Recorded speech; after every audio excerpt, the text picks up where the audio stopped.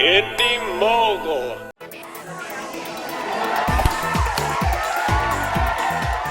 Welcome to this week's Movie Math. Here are today's headlines. A chipmunk lawsuit puts the franchise in jeopardy. IMAX screens heat up with big business and new competition. 2012 summer slate of awesomeness, and of course the weekend box office. Now let's get started. The silver screen's most famous kids, the Chipmunks, might soon find themselves embroiled in an ugly custody battle.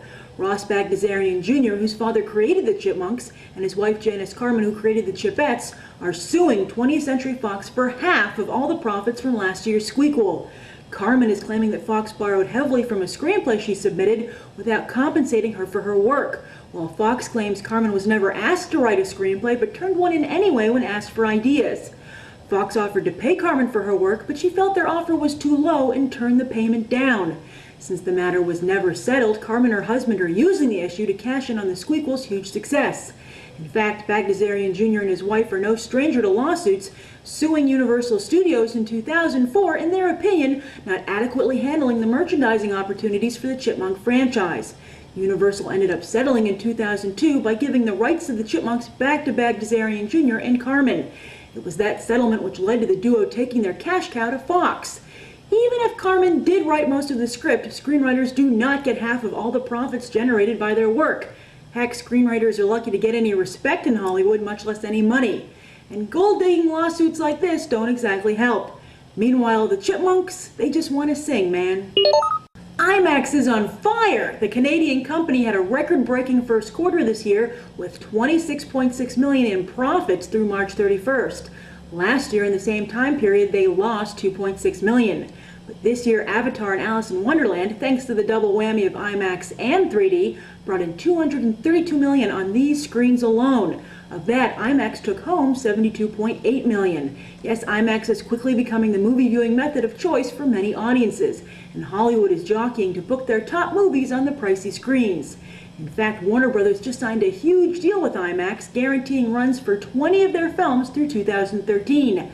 Those films include the final two Harry Potters, Happy Feet 2, The Hobbit, Tim Burton and Johnny Depp's Dark Shadows, Batman 3, and the next Superman. Sucks for the other studios, or does it?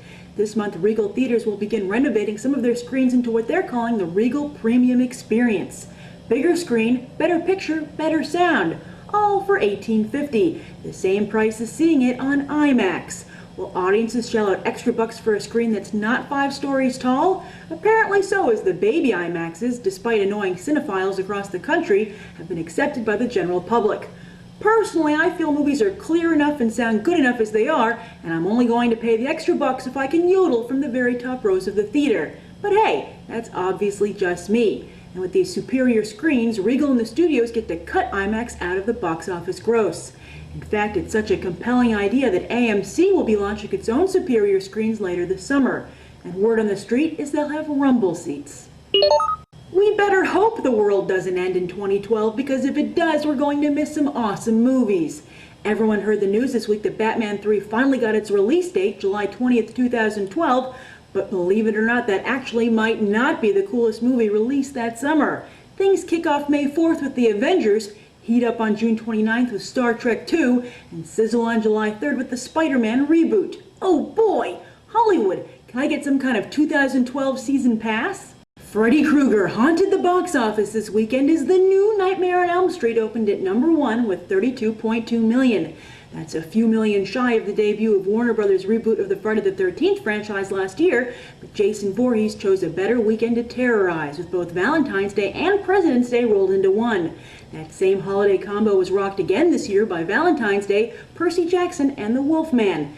Next year, though, the window of box office opportunity will have passed, as President's Day, the third Monday in February, jumps to the 21st. Friday the 13th dropped heavily in its second weekend and went on to make $65 million, so expect Nightmare to follow a similar pattern.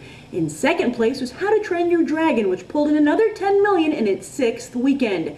It's finally pulled ahead of Monsters vs. Aliens' run, and DreamWorks rewarded Dragon with its own franchise, including a sequel, an online game, a TV show, and a live show, thanks to my Facebook friend Curran Waters, who sent me the article. Meanwhile, Date Night held on to the number 3 spot, climbing to 73 million, while the backup plan dropped to number 4 with a total of 22.9 million in 2 weeks. While it looked like J-Lo might be staging a comeback last weekend when she dominated Friday and opened at number 2, these numbers tell a different, sadder story. But if you go back and watch her narcissistic Jenny from the Block music video with Ben Affleck, it will serve as a good reminder of how she did it to herself, and the story turns from sad to sweet justice.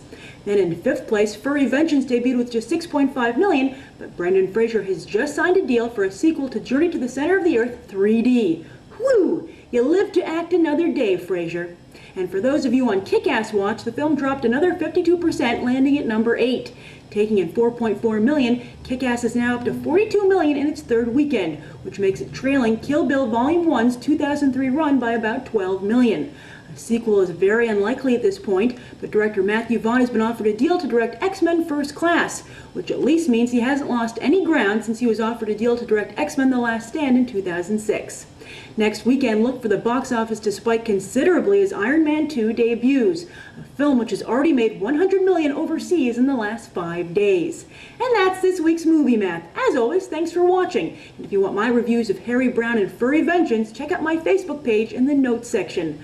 I'm Grace Randolph, and we just did some Movie Math. Subscribe, comment, rate it.